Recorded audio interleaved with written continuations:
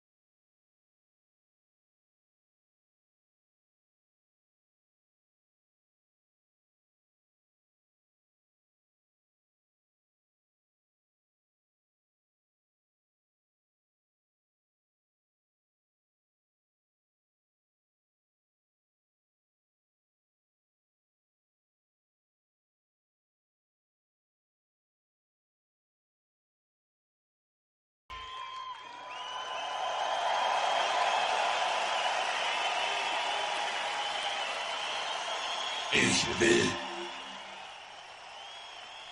Ich will. Ich will. Ich will.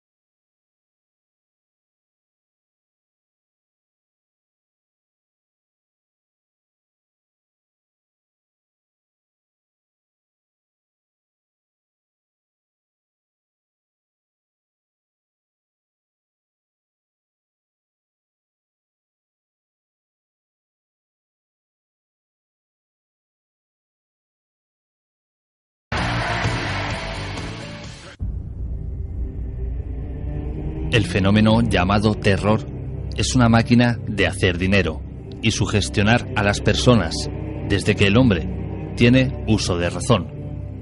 Vudú, magia negra, amarres, satanismo, asesinatos, espiritismo, fantasmas, monstruos...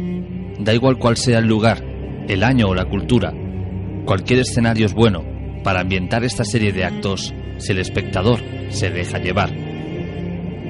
Pero sin duda alguna, lo que más vende dentro de este género son las casas encantadas.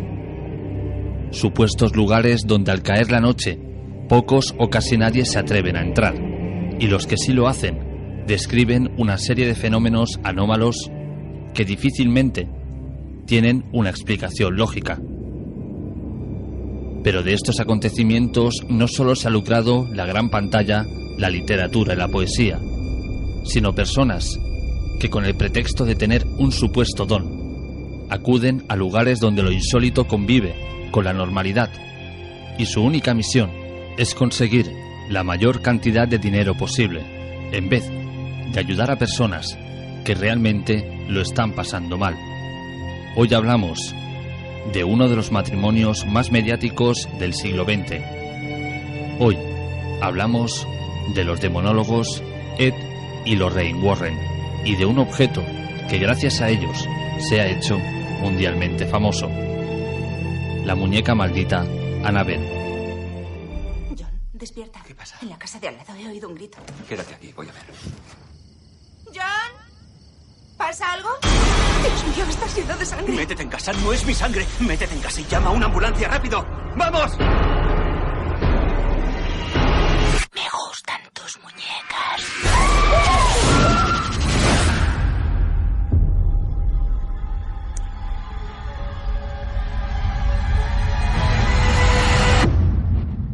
Habéis sobrevivido. De algo así, uno no sale más débil. ¿De qué podéis tener miedo? Esta es la última. ¿Cómo ha llegado hasta aquí? Te juro que la tiré. Con el lío de cosas que ha habido. Aquí, perfecta. Ven con mami, ven con mami.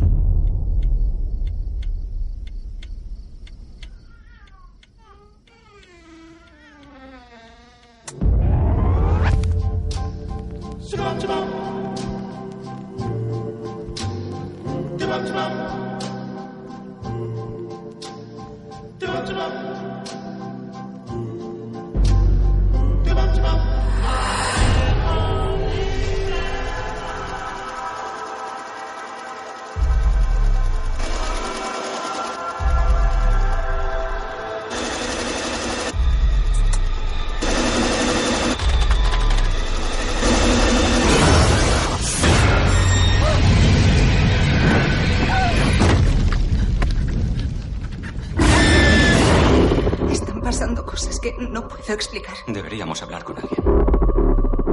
No creo que se trate de un fantasma.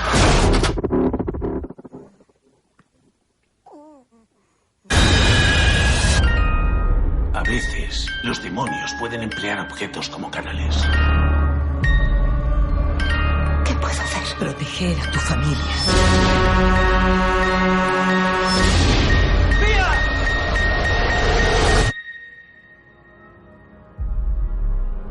¿Quién eres?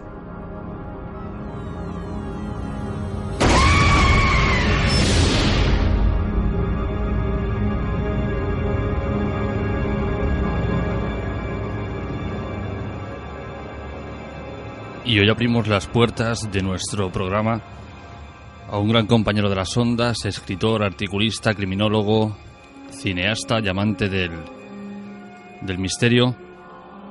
¿Qué tal estás, Iván Maurín? Hola Jorge, ¿qué tal?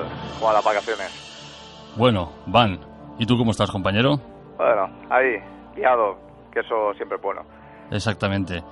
Iván Maurín y yo ya tenemos una cierta experiencia hablando de los personajes que nos visitan hoy, como son el matrimonio Ed y Lorraine Warren. Pero bueno, hoy queríamos hablar de precisamente un objeto que se hizo mundialmente famoso gracias a ellos, como es la muñeca maldita Annabelle. Iván, antes de entrar en profundidad en el tema, qué es, qué significa, qué leyendas recaen sobre ella, cuéntale a los oyentes quién son esos dos demonólogos tan famosos. Bueno, pues Ed y Lorraine Warren son dos investigadores de fenómenos paranormales que son a nivel mundial de los más reconocidos. Quizás precisamente por toda la publicidad que se ha hecho y porque casualmente o no, muchos de los grandes clásicos del cine del terror se inspiran primero en libros y después en las investigaciones que llevaron a cabo Ed y Lorraine Warren, o se supone que llevaron a cabo. Es decir, pues, por ejemplo, el caso tan conocido de la casa de Amityville, o por ejemplo la más reciente, que era el caso Enfield, y que realmente poco tuvieron que ver con la investigación. Podríamos decir, en cierta manera, Iván, que son un fraude, por así decirlo. Bueno, 100% no se podría decir, pero sí que se ha podido demostrar que en algunos casos, por testigos, por gente que estuvo implicada, que realmente no ocurrió lo que ellos vendieron y que, por ejemplo, en el caso de Enfield prácticamente no estuvieron en el caso, o sea, acudieron un par de días y no hicieron prácticamente nada. Sin embargo, claro, tú ves, por ejemplo, el making of de la película y dicen que es el caso más aterrador que han vivido y para nada. Con lo cual también podemos sospechar que quizás este objeto, que a día de hoy, si no me equivoco, se custodia en el Museo Warren, tampoco sea lo que se dice de él. Pues en apariencia es así, porque realmente hay poquísimos datos en relación a este caso, mientras, por ejemplo, en el caso Amityville por lo menos sí que había unos datos más concretos, ¿no? Se conocía a la familia. Se especificó en el caso de Annabelle, apenas hay datos. Háblanos un poco de esta muñeca, Iván, porque también hay que recalcar que, bueno, que en el cine nos pintan una muñeca realmente terrorífica, la típica muñeca de porcelana en tamaño industrial, que a nadie le gustaría tener en su habitación, pero cuando tú buscas imágenes reales de la muñeca Annabelle, más bien es un trapo de cocina.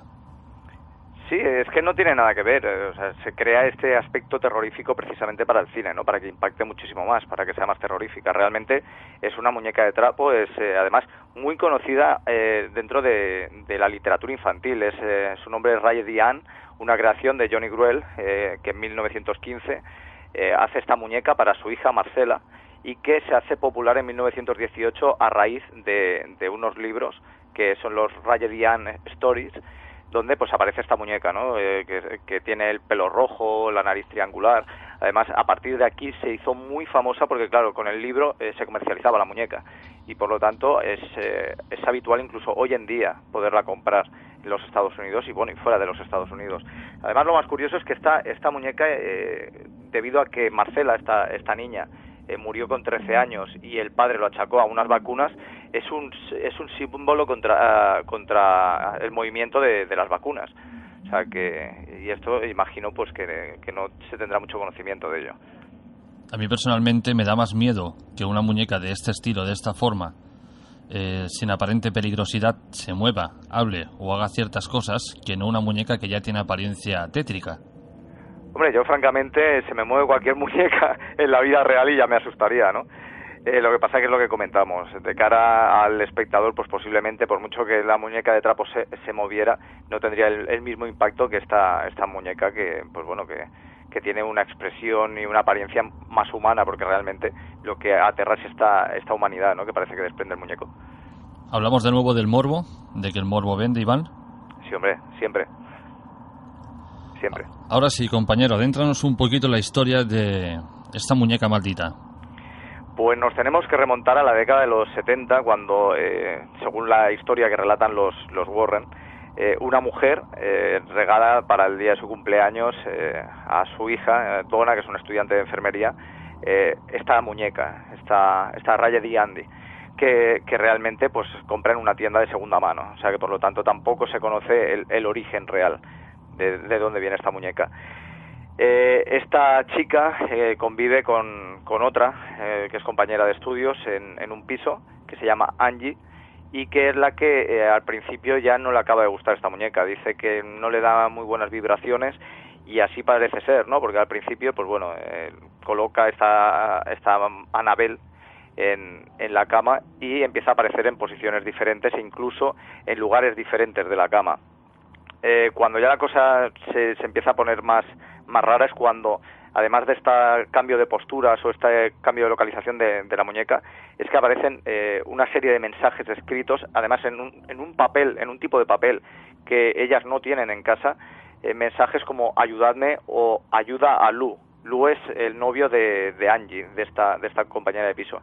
Y lo que primero que piensan es que alguien se está colando en la casa y que les está gastando una broma o les está pues acosando, ¿no? Al mover la muñeca y al crear estos mensajes.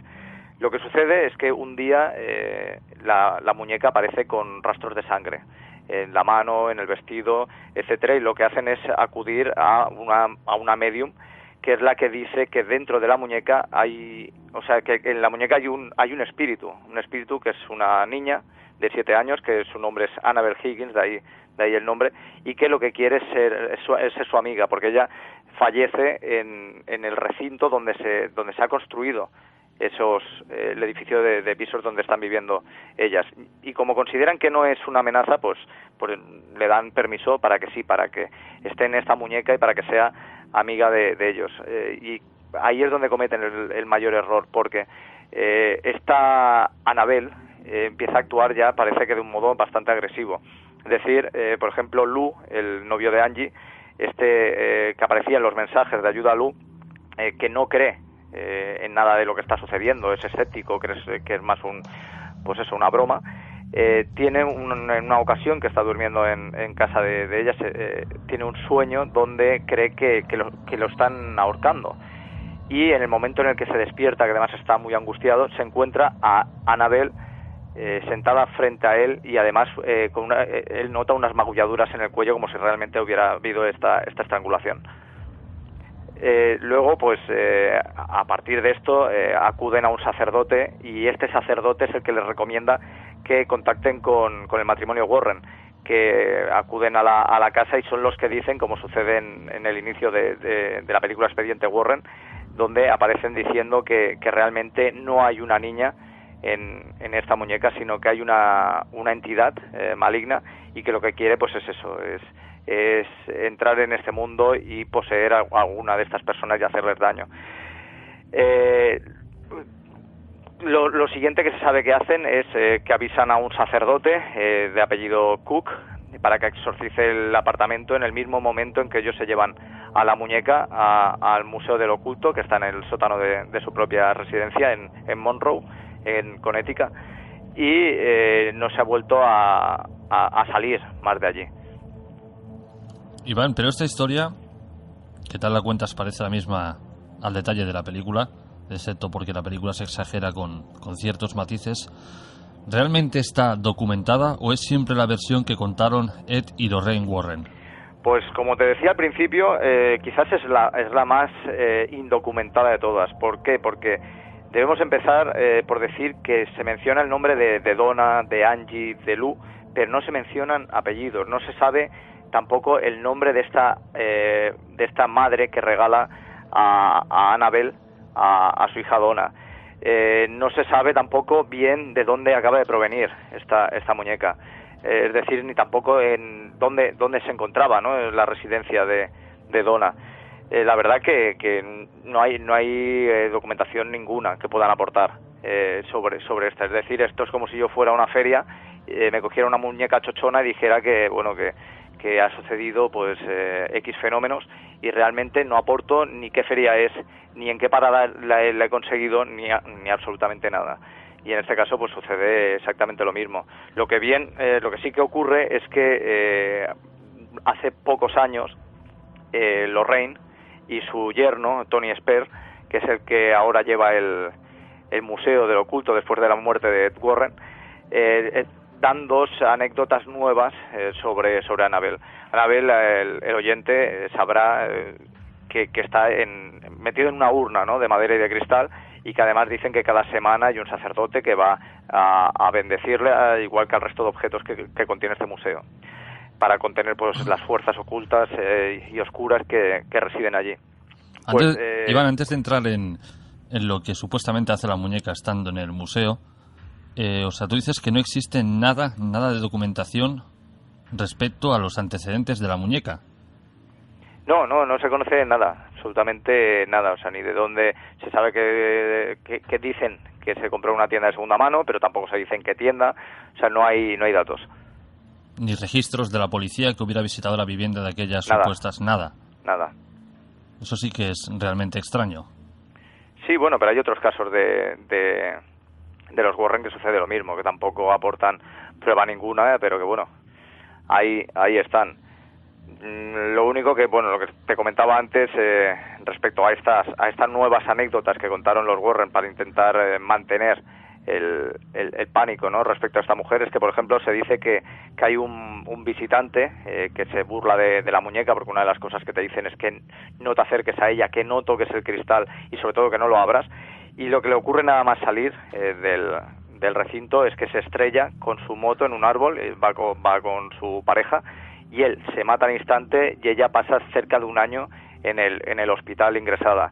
Y luego también mencionan otro sacerdote, que tampoco dan nombre ninguno, donde reta también a la muñeca diciendo que no puede hacer ningún tipo de daño, y también sufre un accidente de coche nada más salir de allí. No hay tampoco ningún tipo de registro que pueda confirmar ninguna de estos dos incidentes. ¿No puede ser, Iván, simple sugestión? Puede ser simple sugestión, obviamente, como en muchos casos, pero bueno, en este caso, pues es lo que decimos, ¿no? Hay demasiadas lagunas y no se puede confirmar que la historia sea verídica. Obviamente tampoco se puede confirmar al 100% que no lo sea, ¿no? Pero que no aportan nada, que puedan decir, pues mira, hay estos testigos, hay esta documentación. No hay absolutamente nada, solamente su palabra. Digo lo de la sugestión porque, bueno, si llegas a un lugar, lo primero que te encuentras es una muñeca con una historia tan tétrica y tan mediática detrás de una urna de cristal, y en esa urna lo primero que pones no tocar, yo creo que automáticamente ya estás entrando en un vínculo creado por ti mismo. Sí, a ver, además piensa que estás entrando pues a un museo donde se supone que cada objeto que tienen allí tiene una historia oscura, ¿no?, detrás. Entonces, pues sí, obviamente, si te están diciendo que esa muñeca es quizás el objeto más siniestro que hay, pues las personas que quizás pues sean más fáciles de sugestionar, pues sí que puedan ver algo. ¿Hay constancia de algún otro hecho mientras estuviera en el museo, o mientras está? Porque a día de hoy sigue estando ahí, ¿verdad, Iván? Sí, sigue ahí. A ver, ellos dicen, los propios Warren, que la muñeca ha llegado a levitar, que ha llegado pues a cambiar de postura dentro de la vitrina sin que nadie la abriese. Además, uno de los últimos también datos que aportó Lorraine Warren sobre esta muñeca es que en el momento en el que traen la muñeca para su casa, desde el piso de Donna, de vuelta a casa, Ed pide que se evite la carretera donde normalmente suelen acceder hacia casa, porque algo le dice que lo van a tener muy complicado, ¿no?, el camino. Y justo en uno de los puntos del camino lo que hace es tienen que rociar a la muñeca con agua bendita, porque se ve que se pone bastante agresiva, y entonces se utilizan esta agua para calmarla. Antes has dicho que cada semana o cada mes viene un párroco a bendecirla. Sí. ¿Se sabe el nombre del párroco? ¿Se sabe alguna versión de él, de si ha visto o ha dejado de ver algo? Bueno, se ve que es un párroco amigo del matrimonio que cada semana pues acude allí. La verdad que los datos pues varían bastante al respecto. O sea, sí que se sabe que ellos trabajaban con unos sacerdotes en concreto, pero sucede como todo, tampoco no aporta nada fijo sobre el tema. A ver, sí que se sabe que, por ejemplo, Ed Warren es conocido como el único demonólogo que está reconocido por la Iglesia, es decir, que algún contacto eclesiástico tienen que tener. Claro, aquí viene toda mi... Bueno, mejor no lo diré, pero bueno, mis dudas me asaltan porque, claro, estamos hablando de un matrimonio que es muy mediático, que prácticamente todos sus casos se pueden desmontar pieza a pieza, y que parece que todos tenían el mismo objetivo, que era el móvil económico. Y si ahora nos encontramos que su objeto más llamativo, su objeto maldito, ¿no?, su estrella de su museo, está puesta allí sin ningún tipo de documentación, sin ningún tipo de prueba que aporte sus antecedentes, volvemos a lo mismo. Quizás sea un nuevo fraude. Claro, es que además eso es lo curioso, ¿no?, que tampoco dan la opción de que alguien pueda investigar la muñeca, que pueda analizarla. No, está allí, está en esta vitrina y no puede salir de la zona. Pero bueno, es otro caso más. Es como el caso Perron, el caso de Amityville, Enfield y muchos más que posiblemente vayamos viendo en el cine, ¿no?, por el éxito que está teniendo la franquicia. Y además hay algunos que son bastante curiosos y que en otras ocasiones hemos hablado en el programa, como por ejemplo el de una posesión demoníaca de hombre lobo. Ese caso la verdad que es bastante impactante y que te choca, ¿no?, y que realmente, pues bueno, ahí está, que si es real no se sabe, si es ficticio tampoco lo acabamos de confirmar, pero bueno, en algunas ocasiones pues tira más a eso, ¿no?, que simplemente sea una ficción. También es curioso que cada caso en el que está envuelto el matrimonio Warren siempre es un caso mediático. No hay ninguno que quede un poco, digamos, fuera de los medios de comunicación. No, además es lo que tú dices, son mediáticos la gran mayoría de los casos. Obviamente, seguro que algún oyente saltará directamente diciendo que no cobraban, que no lo hacían, que ellos lo hacían de un modo desinteresado, y eso no es real del todo, porque ellos lo que hacen es adquieren los derechos sobre los casos y por lo tanto obtienen un beneficio económico mucho más alto a raíz pues de los libros que hacen, de los derechos cinematográficos, de lo que obviamente una familia normal va a poder pagarles. Por lo tanto, hay una satisfacción económica detrás. Y eso hay que dejarlo claro. O sea, los que poseen los derechos sobre el tema Amityville son ellos, igual que pues en el caso de Annabelle, etcétera. Simplemente habrá que preguntar dónde va a parar esos beneficios. ¿Los donan o se los quedan ellos? Gran pregunta. Iván, ¿se sabe si cobran por entrar al museo? Pues no lo sé, realmente no lo sé. Sí que sé que hay que pedir una cita previa para poder acceder, pero la verdad que no lo sé. Si se cobrará, puede ser que sí, o a lo mejor sea la voluntad, ¿no?, del asistente, o si luego pues tendrán merchandising, ¿no?, como en otros museos, y quizás por de ahí obtienen los beneficios. Yo personalmente no iría porque yo soy de los que cuando veo alguna cosa tengo que tocar. Y si voy a este museo y no me dejan tocar, pues como que me quedo un poco con las ganas. Ver esta muñeca y no poder realmente cogerla y estrujarla y hacerle ciertas cosas es como que te falta algo. Sí, te echarían directamente, o sea que es así. Bueno, pero yo creo firmemente que no ocurriría nada. ¿Qué opinas tú, Iván?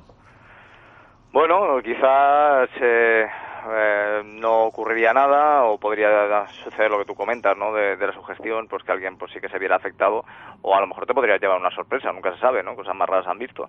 Pero hombre, yo francamente no creo que ocurriera nada. Si te la regalaran, Iván, ¿se la darías a alguno de tus hijos? Me la quedo yo, que leches. Bueno. La dejo en el despacho, que seguro queda bien. Seguramente, pues ahí queda eso. Iván, ha sido un placer que hayas vuelto a pasar por nuestro espacio para volver a traer un tema tan mediático y que de nuevo afecta a este matrimonio, valga la redundancia, mediático como es Ed y Lorraine Warren. Pues ha sido un placer, la verdad, volver al programa, a hablar de temas tan interesantes, ¿no?, como por ejemplo ahora este caso tan mediático y sobre todo a nivel cinematográfico tan popular como es Annabelle. Y que bueno, hablar de los Warren siempre es interesante, ¿no?, porque tanto si es real como si es ficticio, la verdad que tiene historias que son curiosas. Y que bueno, que también fuera de Amityville, fuera de Annabelle, fuera de Enfield, hay otros casos que yo creo que pueden ser igual de interesantes y que el oyente pues no lo desconoce, y que yo les invito a que investiguen. Lo curioso es que lo que tú acabas de mencionar ahora, un objeto que ha dado tanto beneficio, un objeto que ha sido pues portada y cartelera de muchísimas películas, y realmente su historia se puede resumir, como bien has hecho tú, en prácticamente 15 minutos. Y esto da para películas y películas, o sea, lo que el cine llega realmente a hacer con una historia tan simple. Sí, le puedes dar vueltas y ampliarla, ¿no?, y adornarla, y se puede hacer algo, pues lo que comentaba, ¿no?, algo interesante. Lo dicho, compañero, un placer y un abrazo. Un abrazo, hasta otra. Cada cierto tiempo, el mundo nos sorprende cuando de entre la normalidad de la población asoma alguien con una inteligencia fuera de lo común y con la capacidad de cambiar el mundo. A finales del siglo XIX y el siglo XX, nuestra sociedad sufría cambios constantes por modernizarse, y estos grandes avances llegaban de la mano de grandes pensadores, como Thomas Alva Edison, Albert Einstein, Guillermo Marconi, Nikola Tesla, entre muchísimos otros. Y aunque estos fueron los precursores de la tecnología moderna, lo cierto es que lo que hemos llegado a conseguir a día de hoy, difícilmente podían imaginarlo aquellos grandes sabios. Cuando hablamos de la inteligencia, el significado más fiable sería la facultad de la mente que permite aprender, entender, razonar, tomar decisiones y formarse una idea determinada de la realidad. Y estas facultades, supuestamente, al parecer, son rasgos que solamente los seres humanos tienen. Pero ¿y si estuviéramos de nuevo equivocados? ¿Y si hubiéramos conseguido crear máquinas con la capacidad de razonar, pensar y crearse una idea y decisión propia? ¿Y si estas inteligencias artificiales fueran el futuro de la humanidad? ¿Y si hubieran llegado para extinguir todo rastro humano? Esta noche en Informe Enigma hablamos de la inteligencia artificial.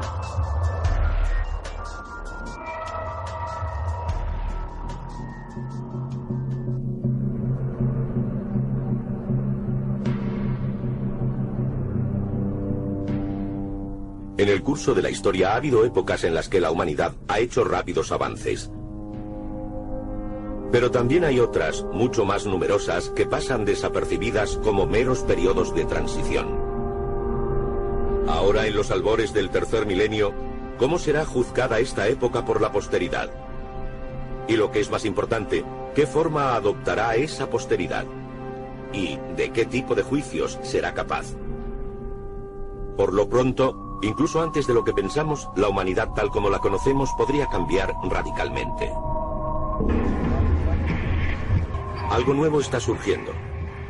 Mientras la gente habla de la paz mundial, el fin de la historia y el ocaso de las ideologías, un ejército de científicos en todo el mundo sigue trabajando en sus laboratorios. El impacto de su labor está empezando a emerger. La tecnología está a punto de tomar la antorcha de la historia y guiarnos a una nueva era.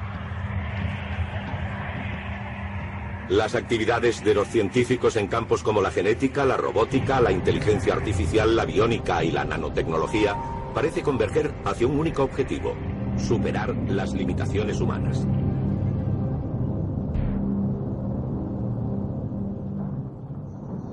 Y esta noche se incorpora a nuestro programa una nueva colaboradora, Sandra Fradera, ente multidisciplinar en contacto con diversas disciplinas desde muy joven, relacionadas con artes, divulgación cultural, viajes y comunicación, y hija del antropólogo, zoólogo y divulgador cultural Luis Fradera, realizador de numerosas emisiones radiofónicas en Radio Juventud, Radio Cadena, entre otras, a través de las cuales tomó contacto con la radio. Buenas noches, Sandra. Hola, ¿qué tal? Buenas noches. Encantada de estar aquí contigo y con todos los oyentes. ¿Cómo te encuentras? Pues muy bien, preparada para aturdiros un poquito. Bueno, de eso se trata. Vamos a hablar de la inteligencia artificial. Y quiero empezar con la primera pregunta que todo el mundo le viene a la mente. ¿Qué es la inteligencia artificial? Bueno, pues es una serie de programas de ordenador que han sido precisamente diseñados para realizar tareas propias de la inteligencia humana, como puede ser el autoaprendizaje. Es un tema que realmente no es nuevo. O sea, piensa que esto ya se está gestando desde los años 40 del siglo pasado. Entonces, bueno, nos puede parecer que es algo muy moderno, pero llevan ya muchísimo tiempo en este campo de la investigación. O sea, te sonará el nombre de Alan Turing, que es quien propuso una prueba concreta para determinar si una máquina era inteligente o no. O sea, la famosa prueba o test de Turing, que consiste en que un interrogador humano debe descubrir si está interactuando con otro humano o con una máquina. ¿Sabes? Pues bien, Alan Turing, desde 1950, a partir de él se empieza a considerar una nueva disciplina, la inteligencia artificial, a través de unos trabajos que él empieza a publicar que son realmente influyentes en este campo. Y precisamente al término inteligencia artificial, agárrate, o sea, aparece en 1956, o sea, algo que nos parece muy moderno y muy del siglo XXI. O sea, la primera vez que aparece este término es en 1956, de boca de los padres de la inteligencia artificial, que son Martin Minsky y John McCarthy. en una conferencia donde plantearon realmente pues los objetivos de esta disciplina, que es que ellos llegan a la conclusión que todos los aspectos del aprendizaje o rasgos de la inteligencia humana pueden ser descritos de una manera tan sumamente precisa que realmente pueden llegar a crear una máquina que simule estos aspectos. Pero Sandra, quizás ha sido ahora en nuestro siglo cuando realmente la inteligencia artificial ha tomado la forma que tiene. No, totalmente.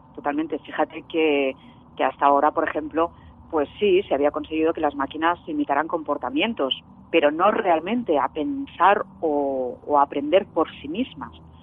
Y piensa que digo hasta ahora, porque en el 2014, por primera vez en la historia, un ordenador superó el test de Turing e hizo creer a sus interrogadores que estaban realmente hablando con una persona. Realmente pensaban que quien respondía a sus preguntas era una persona. Y realmente era un programa desarrollado en Rusia, en San Petersburgo, que se llamaba Eugene, y que se hizo pasar por un chico de 13 años.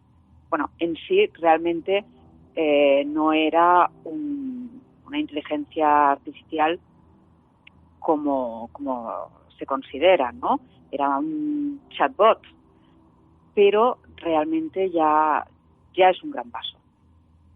Ya es un gran paso. Y actualmente, hoy en día, la inteligencia artificial la tenemos ya en todas partes, ¿no? La utilizamos, la tenemos en nuestro alcance y, vamos, sin ir más lejos, todo el mundo la tiene en casa a través de un ordenador. O sea, tenemos a Siri y Cortana, que son programas de inteligencia artificial que están metidos en los ordenadores de Apple o de Microsoft, y los cuales, pues bueno, van aprendiendo en función de los gustos del usuario, en función de lo que tú buscas en Google. Es curioso porque, por ejemplo, si en una casa, y esto lo puede hacer, es una prueba que puede hacer todo el mundo, en una casa utilizan, si solamente hay un ordenador, que lo utilizan varios usuarios, cuando se sienta un usuario, y normalmente pues lo que hacemos todos, pues abrimos nuestro correo, nuestro Facebook o muchísimas aplicaciones, Twitter, Instagram, tal. Esa inteligencia artificial ya sabe a quién tiene delante. Entonces, las búsquedas que este usuario haga en Google irán en función de sus gustos que la inteligencia artificial coge y aprende cuáles son a través precisamente de sus perfiles de Facebook, de sus correos electrónicos, de las búsquedas que hace, de sus fotos en Instagram, con lo cual dará a la misma búsqueda dará información diferente a un usuario o a otro, el mismo ordenador, en la misma casa. Esto es un poco inquietante. No, la verdad es que muy inquietante. Sandra, cuando crean o piensan en crear la inteligencia artificial, ¿con qué finalidad querían que se creara? Bueno, realmente siempre yo creo que la curiosidad del humano a veces llega a extremos insospechados. O sea, en un principio, pues yo creo que es intentar jugar un poquito a ser Dios, aunque luego le pongan la excusa, como a todo, de que esto nos va a servir para, ¿sabes?, para mejorar nuestra vida o para fines médicos o una serie de bueno, que tal como lo veo yo son un poco excusas, porque realmente, como te comentaba antes, los padres de la inteligencia artificial lo que buscaban realmente era replicar la inteligencia humana en una máquina. O sea, la base era esa. Es cierto que actualmente tenemos muchísimos usos de inteligencia artificial, o sea, como los vehículos autónomos, que ya son una realidad, de hecho Google los está utilizando. Hay también una aplicación que se llama Chef Watson, que te da recetas de cocina a partir de patrones de combinaciones, pues, de ingredientes, y esta inteligencia artificial se basa no solamente en combinaciones de sabores, de aromas y tal, sino también en la psicología humana, o sea, basándose en el placer del gusto y del olor que tiene el humano. Luego, pues bueno, tenemos otras aplicaciones que están ya en muchas casas, como es un sistema de seguridad que se llama Canary, que él analiza la rutina diaria de la casa y si detecta un patrón inusual, alerta. Es un detector de ladrones. Luego, bueno, tenemos inteligencias artificiales que son capaces de maniobrar drones por sí mismos, pues por ejemplo, pues para detectar pestes en cultivos. Hay también pues inteligencias artificiales que bueno, pueden predecir desastres climáticos. De hecho, en Estados Unidos la están utilizando y han logrado predecir eventos climáticos con una exactitud del 90%. Luego hay otras en el campo médico que pueden detectar cáncer. Hay un algoritmo creado por la Universidad de Stanford que es capaz de identificar en un determinado tipo de tejido un específico tipo de cáncer con mayor precisión que la mayoría de los científicos. O sea, para todo esto, pues bueno, está muy bien. Luego es cierto que han creado pues inteligencias artificiales que sean capaces de escribir poemas o de componer música o de pintar cuadros, ¿sabes? Para ver si pueden llegar a tocar lo que es la inteligencia emocional, ¿no? Es más, la gente puede verlo. O sea, si buscan en YouTube hay un corto que se llama Sun Spring, que es un guión escrito por una inteligencia artificial. O sea, alimentaron a esta red neuronal artificial con decenas y decenas de guiones de películas de ciencia ficción. O sea, todas, desde El planeta de los simios, Cazafantasmas, pasando por Interestelar, El quinto elemento, bueno, cualquier película de ciencia ficción que se te pueda ocurrir. Y a partir de ahí se le pidió que escribiera un guión. Y el resultado, precisamente, es Sunspring. Y bueno, ha salido de ahí una historia un tanto oscura de ciencia ficción que gira en torno al amor y la desesperación. O sea, es un poquito oscura la película, el corto. Pero esa historia tiene lógica, pese a que esté hecha por una inteligencia artificial. A ver, lógica. Bueno, si cogemos muchas películas y muchos cortos de humanos, pues la lógica es rara, es muy rara, ¿sabes? Lo que aturde es que es muy oscura. O sea, hay dolor, hay angustia ahí dentro. Del mismo modo, esto también lo plasmó una inteligencia artificial a la que le pidieron que escribiera un poema. Bueno, igualmente que a esta, pues le introdujeron muchísimos tipos de poemas y de literatura. O sea, es una inteligencia artificial que creó Google y bueno, le introdujeron como 3.500 libros de amor y de poesía, ¿no? Y luego pues le pidieron que escribiera un poema.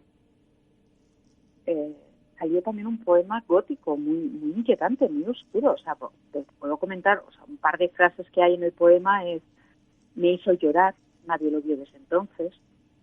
Él debía estar conmigo, ella debía estar con él. Tuve que hacerlo, quise matarle. Su pensamiento me hizo sonreír, el dolor era insoportable.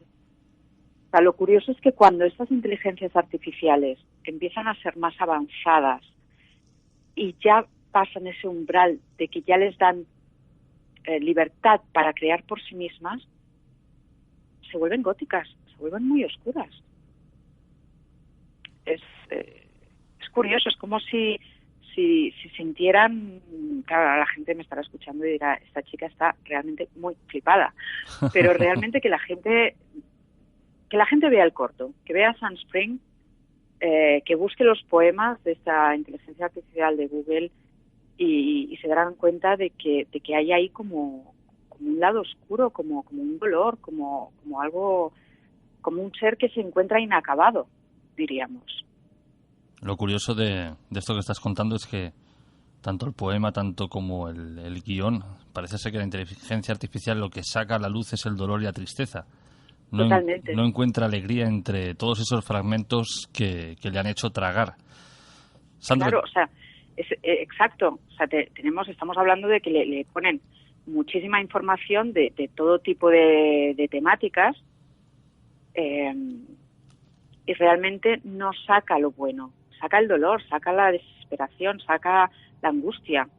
Eso es lo que realmente es inquietante de todo esto. Pero también lo inquietante es que están los creadores, los que nos meten la inteligencia artificial a nuestro alcance, la preparan para que interactúe con nosotros. Es decir, antes te he comentado pues a Siri o a Cortana, yo he hecho la prueba.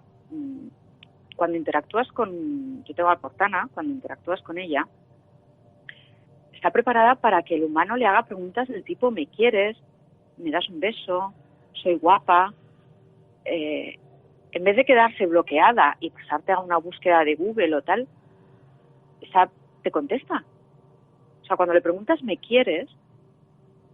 Te contesta, lo más importante del amor es saber escuchar y yo te escucho. Si le pides un beso, te lo da.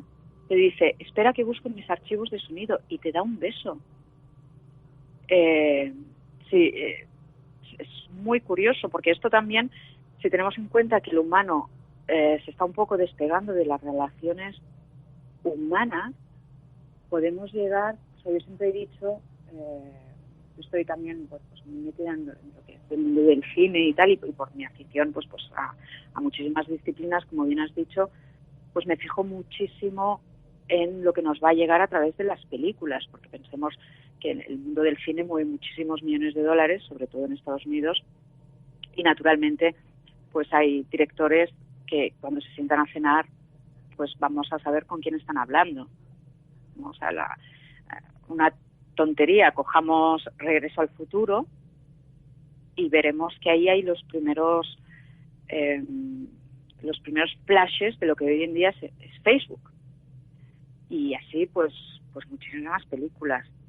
En el 2014, por ejemplo, pues hay una película que se llama Hair, que cuenta precisamente la historia de una persona, de un escritor que es un solitario y que empieza una amistad e incluso una relación más allá de la amistad con su inteligencia artificial, con un sistema operativo que se adapta a sus necesidades. Y él se acaba enganchando a esta inteligencia artificial. O sea, los humanos estamos preparados para esto y nos están preparando para interactuar con esta inteligencia artificial como si fuera realmente un ente vivo, un ente que siente, un ente al que le preocupamos. Y realmente, pues, viendo los últimos experimentos y el lado este oscuro que muestra, pues es preocupante, porque nos lo están metiendo en todas partes. O sea, antes te hablaba de los usos de la inteligencia artificial, pues han sacado ya inteligencias artificiales para ser tu abogado. Hay una que se llama Ross, que está diseñado para leer, entender el lenguaje de los documentos oficiales y de abogacía, postula hipótesis y, bueno, o sea, genera preguntas y respuestas que respaldan sus conclusiones, aprende de la experiencia a medida que vas interactuando con él y es tu aplicación de abogacía. Hay también una aplicación, y esto es increíble porque esta aplicación ha sido utilizada en el Tribunal Europeo de Derechos Humanos. O sea, predice resultados en juicios. O sea, incluso, antes te comentaba el Tribunal de Derechos Humanos, decisiones de este tribunal fueron pronosticadas con un 79% de precisión mediante un método de inteligencia artificial.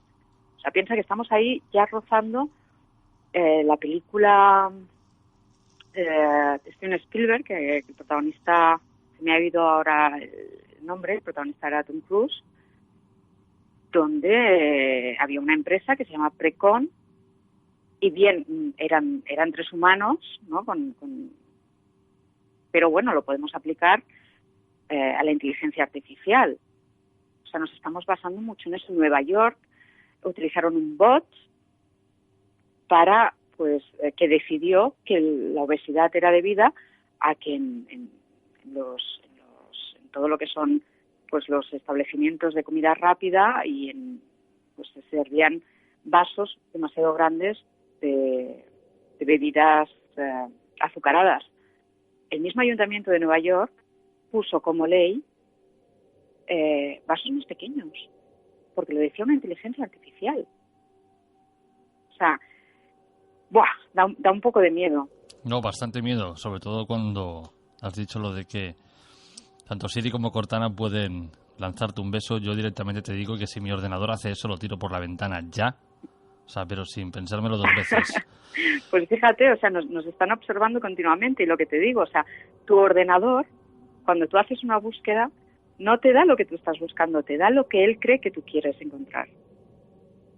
Es terrorífico. Y esto es algo que puede hacer todo el mundo en sus casas.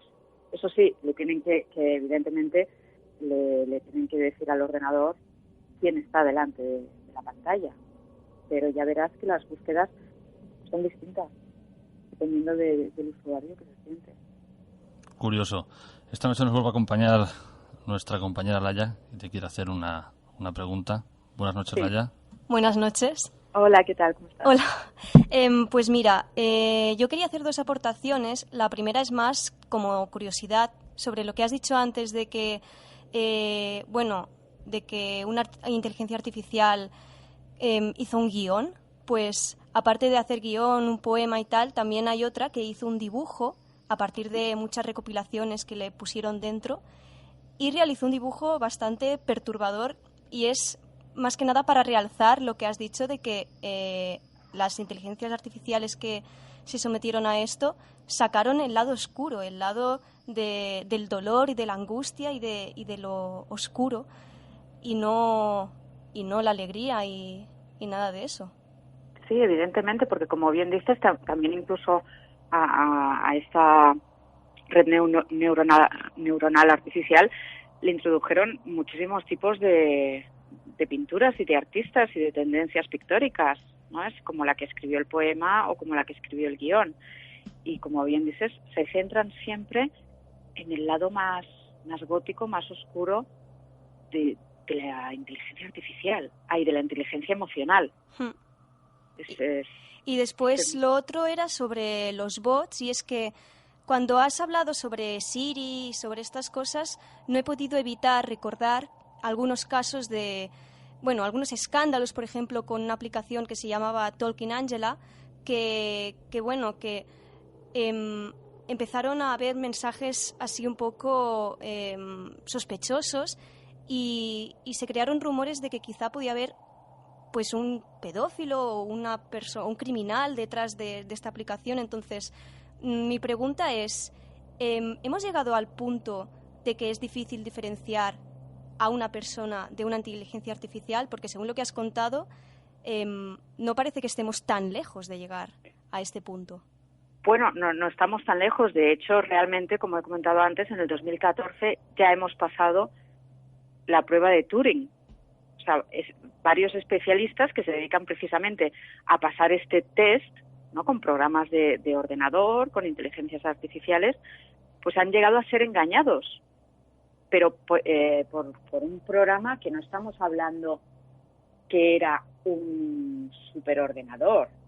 Estamos hablando de que era pues un programa pues bastante simple, ¿no?, entre comillas, que combinaba pues era un chatbot, combinaba técnicas de procesamiento de lenguaje, punto, ¿no? O sea, concordaba palabras claves y con acceso a base de datos, y era un agente de conversación inteligente. O sea, tampoco estamos hablando de que era tampoco nada muy sofisticado, y aún así es el que ha conseguido a día de hoy, en el 2014, pasar la prueba. Estamos hablando de que la pasa delante de gente dedicada especialmente a pillar, ¿no? A pillar al ordenador, a pillar a la inteligencia artificial. Evidentemente, cualquiera de nosotros podríamos estar hablando con una inteligencia artificial. Es más, hay el rumor de que muchas de estas llamadas que hacen, sobre todo en Estados Unidos, de estas donde te llaman pues empresas de telefonía o empresas que intentan venderte seguros o tal, son ya en sí inteligencias artificiales. Es decir, hubo un caso que un periodista empezó a investigarlo, y esto también he hecho la prueba con algunos de Vodafone y gente de esta. Yo creo que no me llaman ya porque soy más pesada yo que ellos, pero hay algunas veces que tú preguntas si eres un robot y no te contestan. Que lo normal, si te contestara un humano, sería, sobre todo en Estados Unidos, hubo un caso muy, muy sonado. Lo normal es que un humano pues te dijera, oye, ¿qué estás diciendo? Mira, yo te llamo para esto, para lo otro. No contestan. Entonces corre ese rumor, o sea, esa nueva leyenda urbana. A medida que van avanzando la sociedad, van apareciendo nuevas leyendas urbanas, ¿no? Porque los miedos también cambian, evidentemente. Y ya se dice que las tenemos pues trabajando en empresas. Bueno, de hecho ya están trabajando en empresas, porque Associated Press está utilizando inteligencias artificiales para escribir artículos. O sea, analizan datos y escriben notas informativas. Y nosotros no vemos la diferencia entre si es un periodista deportivo o si es un ordenador. O sea, realmente saber la diferencia, pues es muy difícil. De piedra me estoy quedando y ahora estaba pensando, quizás también yo trabajo con la compañía Yastel. Cuando muchas veces pido una hoja de reclamaciones y no me contestan, quizás sea por eso. Pues no lo sé, ya te digo que de momento, o sea, pruebas fehacientes no hay, pero aunque hay esa leyenda, ¿no? Yo lo he hecho, ¿eh? Yo cuando me han llamado, o sea, hago lo típico, ¿no? El banco, ¿no?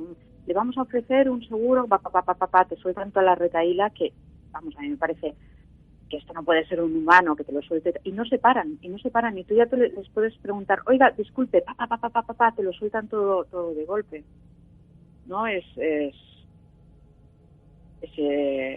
Bueno, es curioso, es inquietante si nos centramos en ese lado que hemos comentado, de que las inteligencias artificiales acaban sacando lo más oscuro del humano. Y luego, pues, bueno, recientemente yo creo que todos hemos oído la noticia de que Facebook ha tenido que apagar una inteligencia artificial que había creado. Eso sí que es también inquietante, y más sabiendo la cantidad de gente que a día de hoy prácticamente hace su vida a través de esa red social. Sí, bueno, pues Facebook, Mark Zuckerberg, ha comprado una importante empresa dedicada exclusivamente a la investigación de la inteligencia artificial, y consiguieron crear una red neuronal artificial para realizar negociaciones. Esta inteligencia artificial había sido creada para interactuar en inglés, pero al poco tiempo de vida lo pongo entre comillas, porque ya vamos a tener que empezar a cambiar lo que es el concepto de vida, había creado su propio idioma.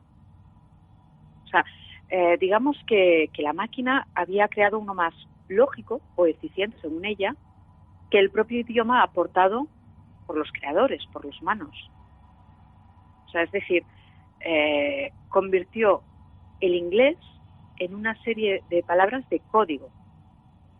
Entonces, bueno, el problema en sí no fue que la iniciativa de la máquina, ¿no? O sea, encontrar un idioma más lógico o más eficiente. El problema es que, bueno, las frases empleadas eran incomprensibles para los creadores. O sea, se encontraron con dos inteligencias artificiales hablando, interactuando entre ellas, sin poder ser entendidas por los humanos. O sea, se comunicaban entre sí sin que sus propios creadores supieran de qué estaban hablando. Es un poco preocupante. Bastante preocupante.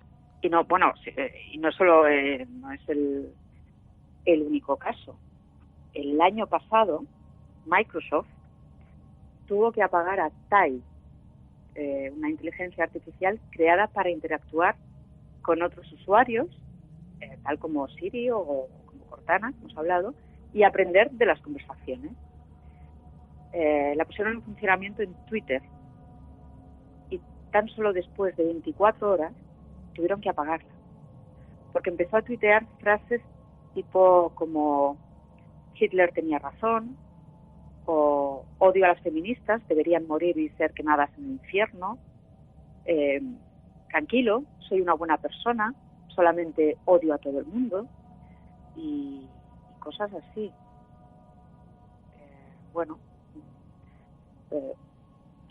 Los tweets eran del mismo estilo. Y bueno, sí es cierto que Microsoft se parapetó en la excusa de que varios internautas se coordinaron para, por así decirlo, maleducar al bot, ¿no? Pero es inquietante porque, bueno, si lo creas para que piense por sí mismo, interactúa y aprenda, darte cuenta que has creado una criatura que toma más el lado del odio, de lo negativo que de lo positivo, si piensa por sí misma, si no es capaz de discernir entre el bien y el mal, pues es un poco preocupante. Entonces, ¿sería descabellado pensar que puede que alguna inteligencia artificial por voluntad propia se rebele contra los humanos? No es nada descabellado, y no porque lo diga yo. Tenemos a Elon Musk, que ya no necesita presentación, que es el conocido inventor y empresario, el cofundador de PayPal, Tesla Motors, SpaceX, Hyperloop y un larguísimo etcétera, ¿no? Lleva muchísimo tiempo advirtiendo del peligro de seguir avanzando en el tema de la investigación de la inteligencia artificial. O sea, es más, no solamente él. O sea, en el 2015, Elon Musk, Stephen Hawking, que no necesita presentación, y Steve Wozniak, que es el cofundador de Apple, entre muchísimos otros, firmaron una carta. Estoy hablando de que eran más de 100 científicos y expertos en robótica, etcétera. Firmaron una carta para frenar definitivamente la carrera armamentística de la inteligencia artificial militar. O sea, estas grandes mentes de nuestro siglo, del siglo pasado y de nuestro siglo, han descrito las armas autónomas, las armas que funcionan y que actualmente funcionan en muchas guerras alrededor del mundo, han descrito estas armas como la tercera revolución en la guerra. O sea, tras la pólvora, el descubrimiento de la pólvora y tras las armas nucleares. O sea, estos son palabras mayores. Es más, Elon Musk ha tenido recientemente una trifulca con Mark Zuckerberg. O sea, ha llegado a llamarlo ignorante cuando se trata de este tema, cuando el creador de Facebook ha tachado de irresponsables a los que plantean un futuro apocalíptico, ¿no?, relacionado con la inteligencia artificial. Y Elon Musk lo ha llamado de, ignorante, que no saben nada sobre este tema. Y es más, el propio Musk ha vuelto a repetir que la inteligencia artificial es un peligro para los seres humanos. Incluso ha llegado a citar frases tan sumamente aterradoras como la siguiente. O sea, hace poquísimo dijo: sigo dando la voz de alarma, pero que hasta que la gente no vea robots matando a gente por la calle, no va a saber cómo reaccionar. A ver, no nos lo está diciendo un iluminado, nos están avisando grandes mentes contemporáneas. Pues un poquito de atención tendríamos que poner en este tema. Cierto, ¿es posible, Sandra, que eso llegue a ocurrir alguna vez? Que haya máquinas matando... Bueno, de hecho ya las hay. A ver, la guerra, tal y como lo entendemos como máquinas, aunque estén a los mandos un ser humano, ya hay matando gente, pero que tenga capacidad propia para decidir sobre la vida y la muerte y se incline hacia la muerte. ¿Es posible que eso ocurra? Pues imposible no hay nada, ¿no? Excepto rascarse la espalda con la rodilla. Pero puede ser probable. Piensa que los ordenadores podemos llegar a que piensen por sí mismos, como los ejemplos que hemos estado dando, pero hay algo que se da en el ser humano que es muy difícil inculcar a una máquina. O sea, una cosa es el raciocinio y otra la inteligencia emocional. O sea, las máquinas se mueven por porcentajes. No cojamos cualquier novela de Isaac Asimov, sin ir más lejos, Yo Robot. Recordemos que el protagonista está vivo gracias a que uno de los robots hace un análisis de porcentaje y lo salva a él en vez de a la niña. Cualquier humano hubiese ido primero a salvar a un infante que a un adulto. Es igual. O sea, un humano no piensa en los porcentajes, no piensa si tiene más posibilidades de vida esta persona u otra. O sea, voy a salvar al más inocente, ¿no? Un robot esto no lo tiene. Puede ser, sí. O sea, ¿quién te dice que un robot, por ejemplo, no nos considere un virus para el planeta?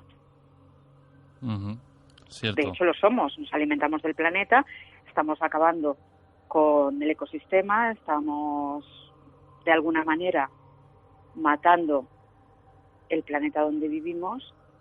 ¿Quién te dice que un buen día no haya un programa de ordenador que diga la raza humana es maligna, haga un porcentaje y diga cuántas cantidades, o sea, cuál es el porcentaje de humanos que hay en la Tierra, cuál es el porcentaje de otras formas de vida? Sale más a cuenta salvar al resto de formas de vida. Cierto. Sandra, para terminar, es posible que cuando hemos hablado de guiones, de poemas, de pinturas hechos por inteligencia artificial y que solo sacan a la luz la parte sombría del ser humano, sea precisamente porque carecen de toda parte humana, es decir, de esa parte que nosotros llamamos alma? Totalmente. De hecho, fíjate que nosotros mismos, en nuestro lenguaje, a una persona que es intrínsecamente mala, le llamamos inhumano. Y precisamente, fíjate, o sea, vuelvo a Isaac Asimov. Tenemos algo que los aficionados a la ciencia ficción conocerán, que son las 3 leyes de la robótica, creadas precisamente por el sublime escritor. La primera es: un robot no hará daño a un ser humano, o por inacción permitir que un ser humano sufra daño. La segunda es: un robot debe hacer o realizar las órdenes dadas por los seres humanos, excepto si estas órdenes entrasen en conflicto con la primera ley. Y la tercera: un robot debe proteger su propia existencia en la medida que esta protección no entre en conflicto con la primera y segunda ley. Pero en el caso de la inteligencia artificial creada por Facebook, ya se ha saltado a la torera la segunda ley de la robótica, que es: un robot debe hacer o realizar las órdenes dadas por los seres humanos. Le dijeron que debía interactuar, que debía negociar, y lo debía hacer en este idioma determinado. Y la máquina empezó a interactuar en un idioma que no se le había dado orden de cambiarla. Entonces, a partir de ahí, todas las posibilidades son infinitas.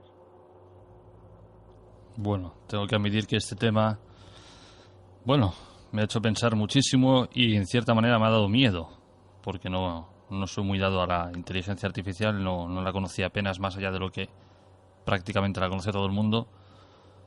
Y bueno, ha reflejado varios aspectos que dan que pensar, y yo personalmente tengo que decir que voy a tomar medidas en el asunto. Drásticas.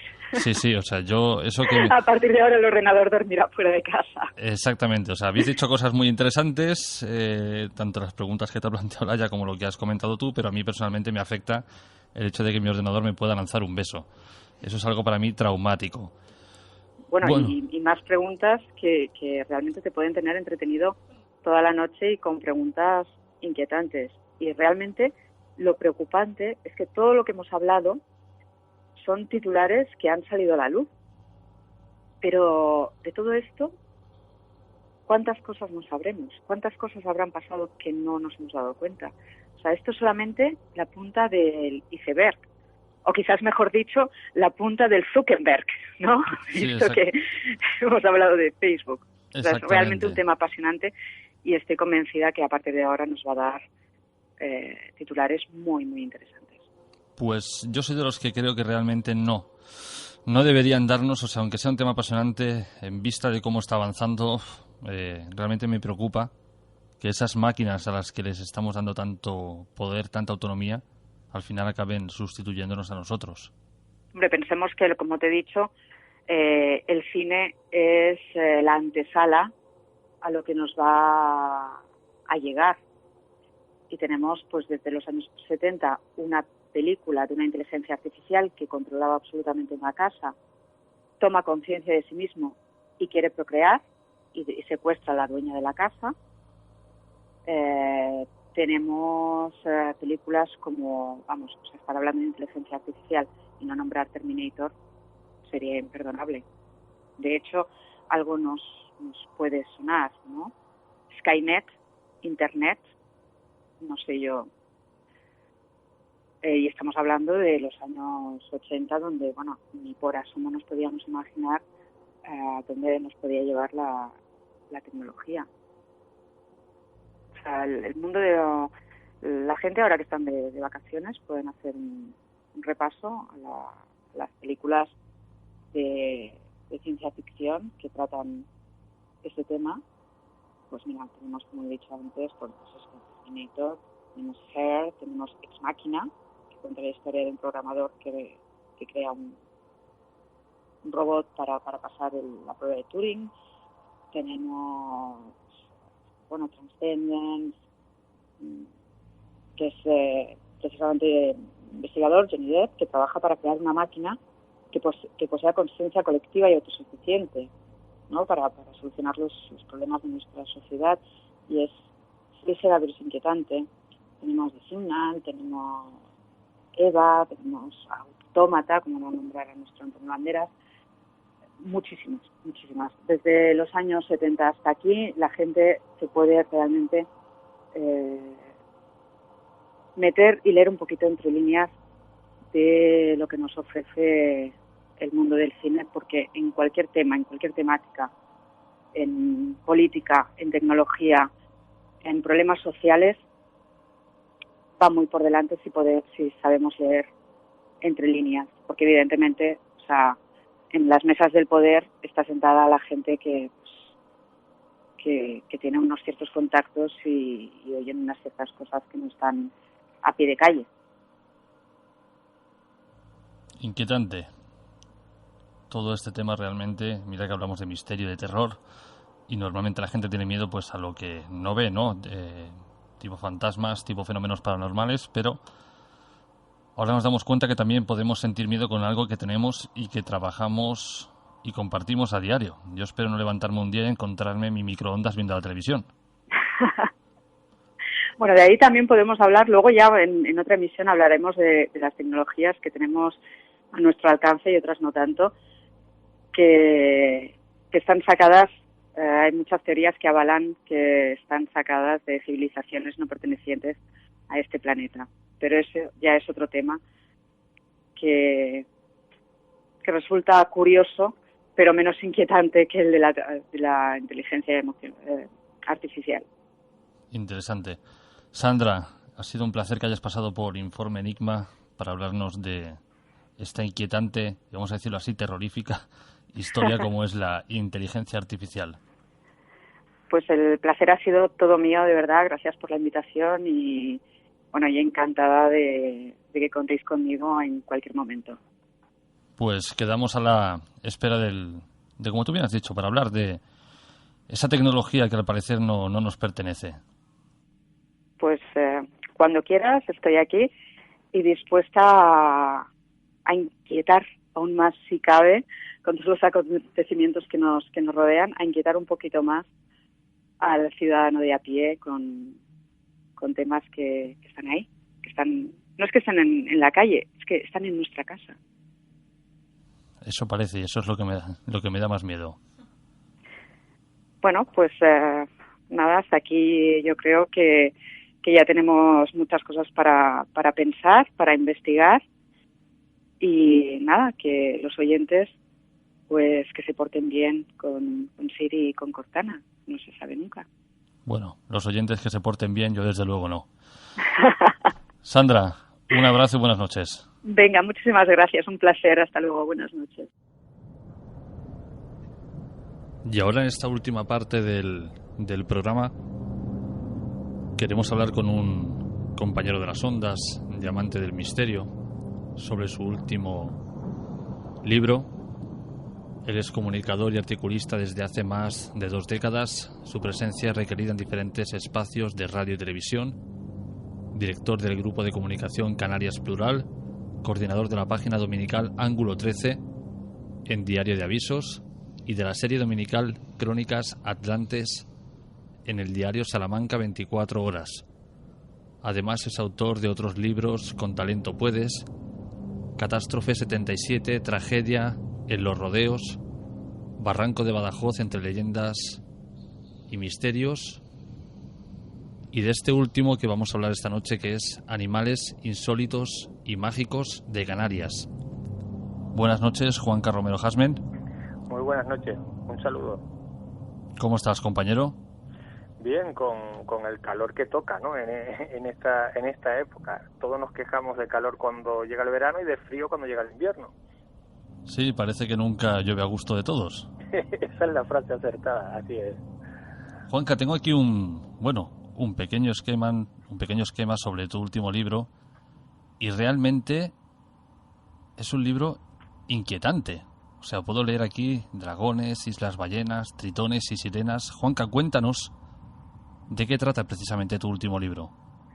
Bueno, este Animales insólitos y mágicos de Canarias, habría que decirlo que se encuadra dentro de una colección, la colección Biblioteca del Misterio, y yo lo que he querido hacer con este pequeño libro es una recopilación, una especie de bestiario de esos animales, algunos mitológicos, poco palpables, otros muy reales, que han formado parte de la antropología de Canarias, de la oralidad, ¿verdad?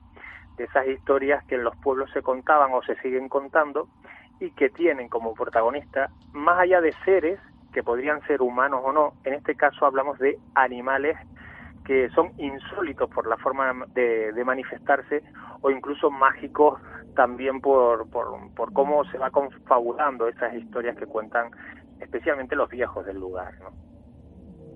Juanca, ¿cómo te surge la idea de hacer este libro? Bueno, es verdad que Canarias siempre ha sido conocida, o principalmente conocida, por el fenómeno ovni, principalmente, pero yo soy muy autocrítico en estas cuestiones. Soy lector, me gusta leer mucho, y hasta ahora todo lo que he leído de misterios de Canarias es un refrito tras otro. Son siempre los mismos casos, las mismas casuísticas, incluso en algunos libros donde se han publicado pues información nada contrastada, se vuelve a repetir en otro y en otro libro, y al final te das cuenta que lo que se cuenta de Canarias siempre es lo mismo y cesado. Y esta vertiente más próxima al testimonio, como decía yo antes, a la antropología viva, no se había tocado a fondo, ¿no? Y yo soy persona a la que le gusta hablar pues con los mayores, conocer sus historias, conocer aquello que vivieron de jóvenes, de pequeños, y rescatando de toda esa información me doy cuenta que hay un denominador común bastante interesante, que son estos animales, estos seres que de alguna manera siempre han estado presentes en la historia de Canarias, o por lo menos en la historia más reciente de tiempos aborígenes hasta la actualidad, ¿no? Es un poco eso, recolectar ese bestiario donde los animales nada usuales son protagonistas. Pues con piel, lo decías antes, desde dragones hasta tritones, sirenas, perros del infierno, etcétera, ¿no? Apariciones, muchas de ellas pues recogidas a través de esos testimonios. Cuando aquí veo dragones, por ejemplo, duendes y animalitos, ¿son exclusivos en este caso por alguna peculiaridad de Canarias, o también pueden ser los que podemos encontrar en cualquier leyenda o folclore de la península ibérica? Claro, es verdad que en este libro concretamente entran como animales insólitos y mágicos de Canarias, porque hay partes concretas que son endémicas, que solo se han recogido en Canarias, aunque este ser o animal se pueda dar en otros lugares, ya no solo hablo de la geografía del Estado español, sino del resto del mundo. Por ejemplo, dragones los tenemos en toda la Europa, especialmente situados en la Europa medieval. Sin embargo, en Canarias la variante, y forma parte de una leyenda, la variante es vegetal. Estamos hablando de una leyenda, de una historia, donde vincula al dragón como ser, como animal, con un árbol muy concreto, que es el conocido drago. Hay un drago muy famoso en Canarias, que es el dragón milenario, que está en la isla de Tenerife, y sobre él reposa una leyenda en la que los ingredientes o los personajes protagonistas pues son un navegante, una bella guanche, aborigen canaria, la presencia de ese dragón, etcétera, ¿no? Por eso te digo, este libro va desde lo mitológico, digamos, en ese recorrido a lo más palpable, a lo que hoy en día todavía en algunos lugares de Canarias puede verse, escucharse o sentirse, ¿no? Buenas noches, Juanca. Soy Laia, una colaboradora aquí en Prácticas este mes. Muy buenas noches. Quería hacerte una pregunta. Cuando has dicho que, aparte de seres mitológicos, también había animales muy reales, ¿podrías ponernos algún ejemplo? Claro, hay algunos muy llamativos, ¿no? Reales, aunque en la actualidad ya no se recurre a él. Por ejemplo, uno llamado o conocido como cochino aranfaibo. El cochino, o un cerdo, un puerco, ¿verdad? Pues en una época anterior, los antiguos pobladores de la isla del Hierro tenían fe en este animal. Era un cerdo, un marrano, que tenían apartado en una cueva y que solo recurrían a él en los momentos en los que había que hacer plegaria para que lloviese, para que cayese agua en la isla. Bueno, mientras eso no ocurría, mientras el cochino, el cerdo, estaba en reposo, había una persona específica encargada de cuidarle, porque el resto de la población tenía pánico, tenía miedo a este ser, que curiosamente era benefactor, era el que les traía la lluvia, pero se le tenía mucho respeto, ¿no? Bueno, pues ese cochino existió hasta hace prácticamente no demasiadas décadas, ¿no? Este cerdo era palpable, era visible y todo el mundo lo conocía. Y en la actualidad, pues, otros animales como pueda ser el perenquén, que es una pequeña salamandra, una pequeña lagartija, que en la mayor parte de las casas, cuando aparece, es síntoma de buena suerte. Aunque yo en el libro he recogido algunos buenos testimonios que hablan precisamente de todo lo contrario, de avisadores de la desgracia, de, digamos, esa señalítica viva, ¿verdad?, que te dice que algo va a ocurrir. Bueno, pues el perenquén sigue estando y sigue respetándosele en muchos hogares. Esos son solo dos ejemplos de los muchos que podemos encontrarnos en las islas, ¿no? Juanca, ¿podemos decir que tu libro está estructurado en dos bloques, por ejemplo, en tiempos antiguos y, como bien has dicho, en tiempos contemporáneos? Así lo he hecho. Cierto es que sí, es verdad, hay dos partes muy marcadas. Esa época antigua es la que hace referencia pues a las sirenas, a los tritones, a esos dragones de los que hablábamos antes, o a la isla Ballena, que viene a ser la que conocemos como San Borondón, y que se aparece este tipo de islas en otros lugares, en la zona del Cantábrico, en Mar del Norte y en otros tantos lugares, ¿verdad? Bueno, pero esa iconografía de una ballena en la que atraca un barco, sale toda la tripulación sobre ella pensando que es una isla y acaba siendo una ballena que se sumerge, ese tipo de historias está ligada, digamos, de forma muy profunda, bien anudada en la población canaria, incluso en la actualidad, a pesar de que estamos hablando, insisto, en este caso de leyendas, porque la mayor parte de estos animales, cuando hablamos de tiempos antiguos, forman parte de la creencia, como por ejemplo los tibicenas, que son unos perros del inframundo, lo que puede ser un cancerbero, que viene a avisarte de la desgracia o a llevarte al infierno con él, ¿no? Bueno, pues eso en tiempo de los guanches estaba muy marcado, pero todavía hoy en día, ya no hablamos de tiempos antiguos, hablamos de tiempos actuales, todavía hoy en día hay descripciones de testigos que en medio del bosque, del monte, se encuentra con un ser que por descripción podría coincidir con el tibiceno o con el irguán o este tipo de perros que sean capaces de ponerse sobre dos patas con unas lanas muy largas y ojos enrojecidos, ¿no? Has hecho mención varias veces a leyendas, pero las leyendas, en cierta manera, tienen una pequeña parte que es una base real. Todas las leyendas, yo soy de los que parten de esa base. Todas las leyendas tienen una base real. Luego esa base puede perder o ganar consistencia en función de cómo la oralidad ha ido tejiendo la propia leyenda. Pero sí es verdad que siempre hay una parte mínima, o no tan mínima, que la podemos, digamos, ligar a lo auténtico. Si no, no sería leyenda. O sea, si fuera todo inventado, sería un cuento, sería una historieta, para no dormir en este caso. Pero una leyenda siempre tiene una raíz. Y eso también, personalmente, siempre me ha gustado ir a buscarla. Es decir, ¿de dónde viene? ¿Cuál es el punto de partida? Y hacer posible descubrir cuándo se ha desviado esta historia real y ha empezado a convertirse en ficción, ¿no? Pero bueno, ese es el trabajo, digamos, agradable de quienes nos dedicamos a estas cosas, ¿no? Imagino que para poder confeccionar todos los apartados que tiene tu libro, pues como tú bien has dicho antes, te has entrevistado con personas ancianas del lugar. Cuando ellos te cuentan estas historias, ¿alguno ha sido testigo de alguno de estos animales? Sí, muchos de ellos. Es verdad y debo confesarlo, este libro, al estar enclavado dentro de la colección Biblioteca del Misterio, pues tenía muy claro, muy marcada la pauta del número de páginas que tendría que tener, ¿no? O dicho de otro modo, yo me he visto en la obligación, en la necesidad siempre dura de tener que cribar material, ¿no? Porque todo no cabía, había que simplificar. Pero lo que he incluido en el libro básicamente gira en torno a esos testimonios de personas que lo han vivido en primera persona o, muchos de ellos también, hay que decirlo, vieron, conocieron, escucharon en su seno familiar cuando eran pequeños o se lo contaron una abuela, etcétera, historias relacionadas con estos animales. Con lo cual, de alguna manera, el legado sigue vivo porque sus nietos, sus hijos recuerdan cómo se lo contaban. Por eso siempre es lo importante de poderlo rescatar, de ponerlo por escrito, ¿no? Que quede constancia, porque quizás dentro de 2 generaciones ya nadie se acuerde de estos animales que fueron reales, que siguen siendo reales en el imaginario o en la realidad pura y dura, ¿no? ¿Cuánto tiempo, Juan Caberdán, te ha llevado escribir este libro, entrevistarte con los testigos y demás? Claro, las entrevistas con los testigos no surgen para la elaboración de este libro. Este es un trabajo continuado a lo largo de los años.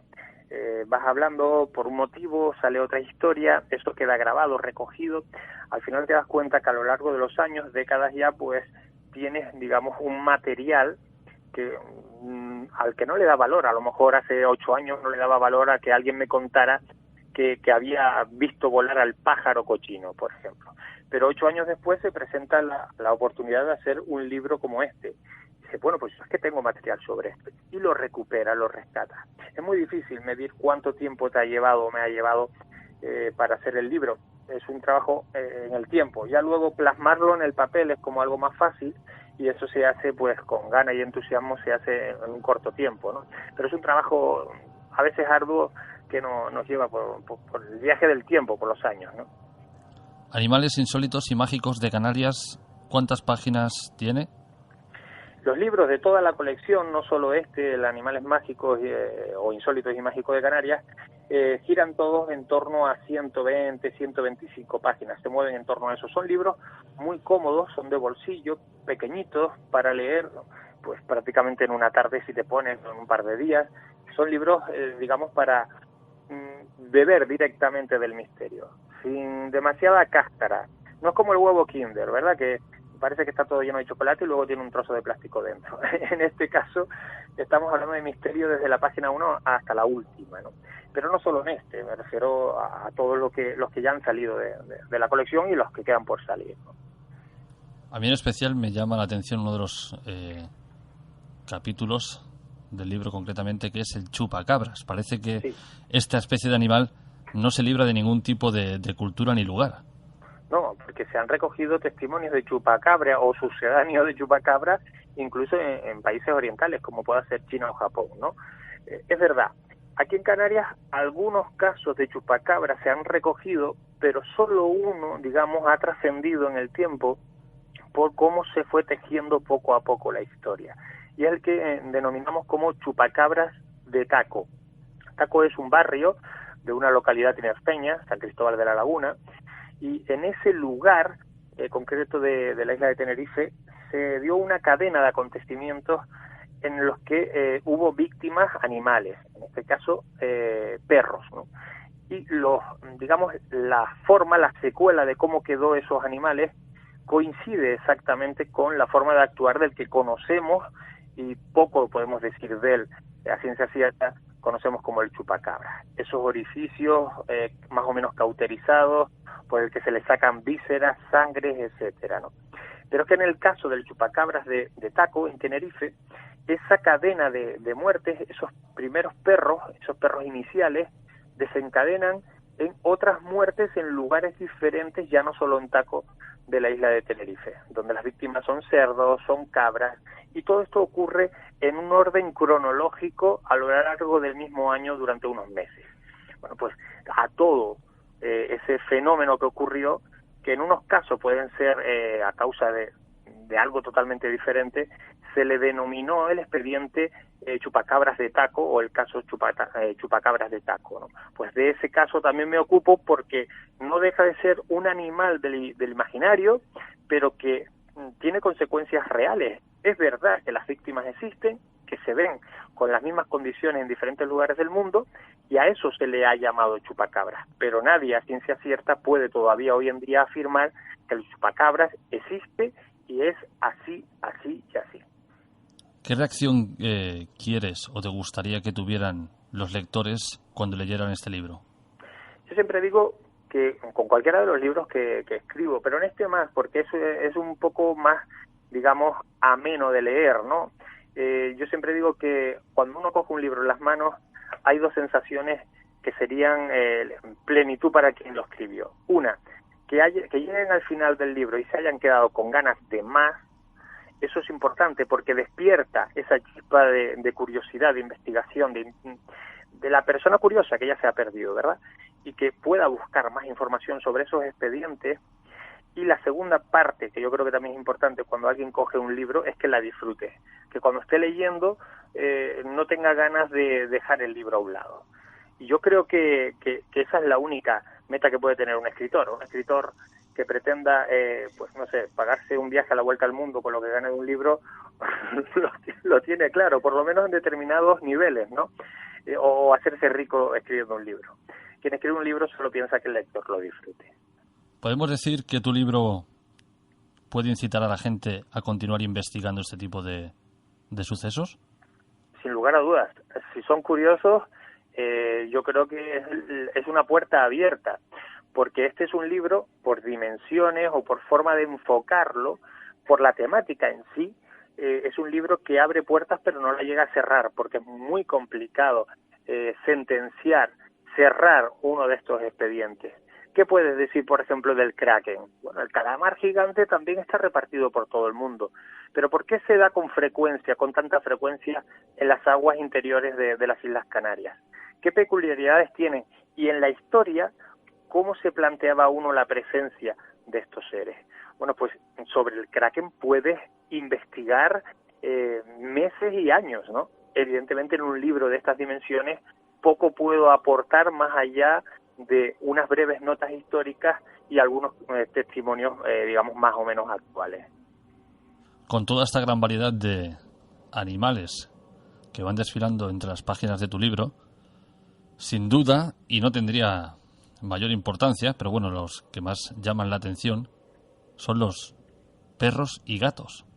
Sí, fíjate que yo estuve dándole vueltas, ¿no?, a esa parte final, ese capítulo aparte que pongo en el libro, porque es verdad, entre tanto chupacabra, anguilas gigantes, lagartos gigantes, en fin, pájaros extraños, brujas que se transforman, de repente nos encontramos con los perros y los gatos, así sin más.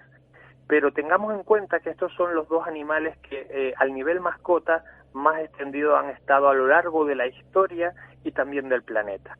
Y sobre ellos se cuentan historias realmente llamativas.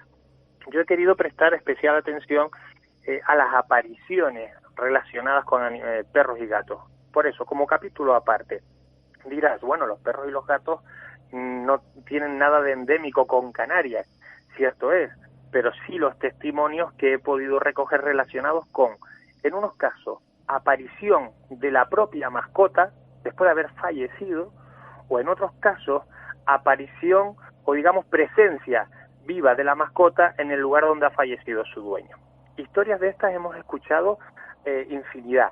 Yo he querido recoger algunos ejemplos de lugares de Canarias donde han ocurrido, yo creo que historias verdaderamente llamativas, insólitas, y dejarlas ahí como epígrafe, como capítulo aparte en la parte final del libro.